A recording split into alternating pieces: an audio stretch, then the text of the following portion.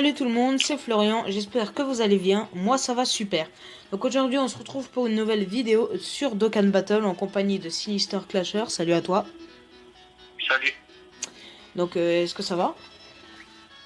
Bah ouais, ça va. Ok, donc je m'arrête 2 secondes juste sur la chaîne de Sinister Clasher.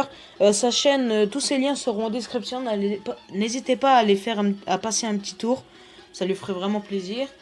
Et puis bah c'est cool, merci à ceux qui le feront. Donc aujourd'hui, on se retrouve pour la vidéo les 5 erreurs à ne pas faire sur Dokkan Battle. Donc moi je vous fais ce petit tuto, enfin ces petits conseils pour pas que vous fassiez des erreurs, parce que moi au début du jeu j'en ai fait des erreurs. Et puis voilà. Donc on va commencer tout de suite avec la première erreur. Donc surtout, ne vendez jamais les SSR. Tous les SSR ont sûrement un Dokkan ou des éveils à faire. Vendez les petites merdes, genre les N, les rares, à la limite les SR aussi et tout, mais ne vendez jamais les SSR. Parce que moi je sais que j'en ai vendu pas mal au début et ça m'a coûté cher après. Donc ça c'était la première déjà. C'était la première. Ensuite, à faire aussi. Chez Baba, au lieu d'échange. Ne vendez jamais, des personnages en UR. À la limite des SSR chez Baba ça va, mais en UR ne vendez jamais les UR. Et prenez surtout ce que vous avez le plus besoin, parce que, enfin, prenez tout, parce que tout des fois ça peut être avantageux même pour plus tard. Hein. Plus vous avancerez dans le jeu et plus vous aurez besoin de médailles. Donc n'hésitez pas à vendre des choses. Pareil pour les missions, donc ça c'est un petit conseil en plus, ça c'est avec le 2. N'hésitez pas à faire surtout les missions, parce que ça vous aidera vraiment pour les Dragonstone, les pierres vertes, les objets, les médailles d'éveil et tout. Franchement ça vous aide beaucoup, surtout que ça vous coûte rien vu que vous faites ça en même temps que vous jouez. Donc n'hésitez pas à les faire, regardez dans les missions ce que vous pouvez faire à votre niveau. Et ce qui est trop dur, bah, vous le ferez plus tard, mais avancez petit à petit dans le jeu. Donc ensuite, pour le troisième conseil, dans les quêtes, ne faites pas tout, faites tout en 3 étoiles. Donc dans chaque zone, de la 1 jusqu'à la 21, parce que 21 c'est la zone maximum. Donc surtout, ce que vous faites, c'est vous terminez tous les niveaux d'une zone en normal, en hard et en Z-hard. Sachant qu'en Z-hard, ça donne beaucoup d'XP, et surtout qu'il y a le 4 x4 d'XP, donc franchement, c'est pas mal pour l'XP du rang si vous voulez bien monter. Mais c'est pareil, faites bien tous les niveaux de toutes les zones, ça vous aidera vraiment. Ensuite, dans les événements, hop là. Ok, ça charge. Dans les événements, au début, faites les choses que vous pouvez faire. N'allez pas tout de suite faire les missions qui sont plus dures, par exemple à 25 actes, les super missions. Par exemple, aux événements des Super Saiyan 4. Les Super Saiyan 4 ils sont vraiment durs à faire, les missions. Et franchement, je vous conseille de faire les petites missions au début. Genre vous faites... attendez, j'y vais. Genre juste pour gagner, déjà ce qui est bien c'est que dans les événements on peut gagner des médailles des fêtes.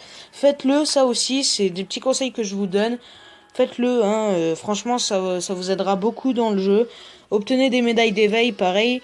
Ça pour chaque personnage, dans les types agilité, les types tech, les types intelligence, les types puissance et les types endurance. Surtout faites-les, parce que pour les médailles d'éveil, franchement c'est pas mal de faire ça. Et pareil pour le super entraînement céleste, c'est 1 fois par jour.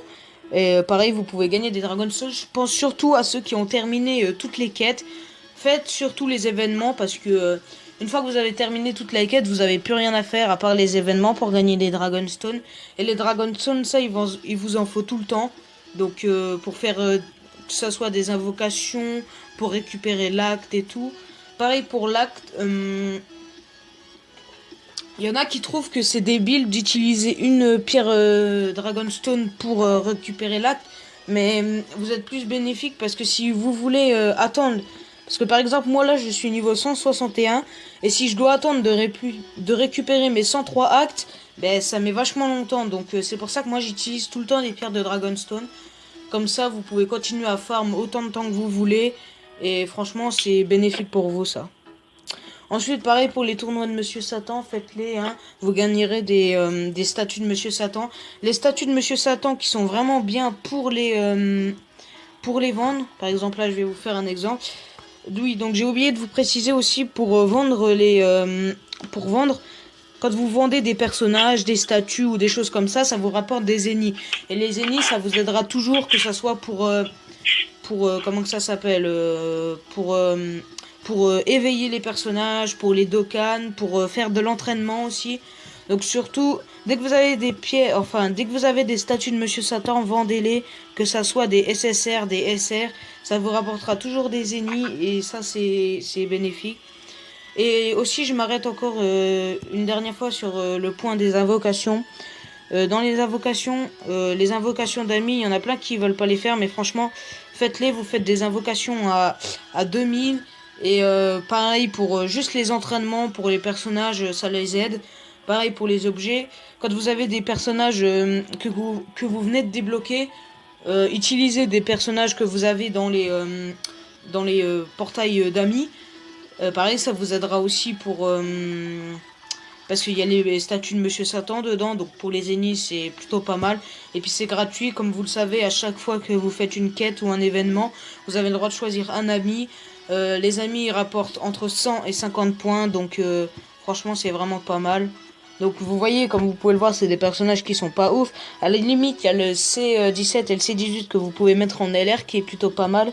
Mais sinon, c'est des petits trucs pour les entraînements et tout. Voilà, Monsieur Satan en SR. Voilà, les statues de Satan en SR. Où il y a des SSR ou des rares. Mais franchement... c'est plutôt pas mal de faire ça. Je vous conseille de le faire parce que pour le début, moi je sais que j'ai galéré. Donc je vous dis ça pour que vous puissiez avancer dans le jeu. Donc le petit bonus de la vidéo, on va se faire une petite invocation à 5 sur le portail du Goku Super Saiyan 4. Donc j'espère qu'on va avoir de la chance. Oh Shenron. Oh les gars, si on a un bon truc... Franchement, bah là, ce qui est sûr, c'est qu'avec le Shenron, les gars, c'est SSR garanti. Pareil, je vais m'arrêter sur les invocations pour ceux qui savent pas comment que ça marche. En fait, les invocations, dans chaque invocation, il y a soit les Satans par la droite, soit les Satans par la gauche. Et le Shenron, en fait, c'est le dragon. Et en gros, si vous voulez, ça vous sert à avoir un SSR garanti. Donc c'est pareil, là, bon, il n'y a pas de multicolore en relâché, mais le multicolore... Donc là, vous voyez qu'il se transforme. Donc il y a SSJ1... En SSJ1, vous pouvez avoir un bye-bye. Donc c'est aussi pour avoir un SSR. Donc là, c'est SSJ2, là. Et après, il y a aussi un SSJ3. Mais ça va pas plus loin. Allez, un bye. Un bon truc. Oh. Bon, bah, le Gotrunks. Bon, bah, le Gotrunks, je l'ai déjà 2 fois. C'est dommage. Mais bon, c'est quand même un SSR. Comme je vous l'ai dit, pour le potentiel aussi, pour ceux qui savent pas ce que c'est, parce que s'il y en a qui débutent le jeu, qui savent pas qu'est-ce que c'est le potentiel, pareil, le potentiel, faut vraiment le faire, parce que comme vous pouvez le voir, en fait, attendez, je vais vous montrer. Vous sélectionnez, par exemple, je vais aller sur le Gotrunks, et comme j'en ai 2, en fait, si vous voulez, pour passer d'une zone à l'autre dans le potentiel, eh ben, il vous faudra des personnages du même type, enfin, il vous faudra le même personnage en plusieurs fois pour pouvoir aller d'une zone à l'autre. Donc écoutez, ça va être la fin de cette vidéo. J'espère que ma vidéo vous aura aidé. N'hésitez pas à vous abonner à ma chaîne et à mettre un petit j'aime si la vidéo vous a aidé. Et à me faire part dans les commentaires si elle vous a plu. N'hésitez pas aussi à aller faire un petit tour sur la chaîne de Sinister Clasher. Ça lui ferait vraiment plaisir. Et je vous dis à la prochaine pour une nouvelle vidéo. Allez, ciao les gens.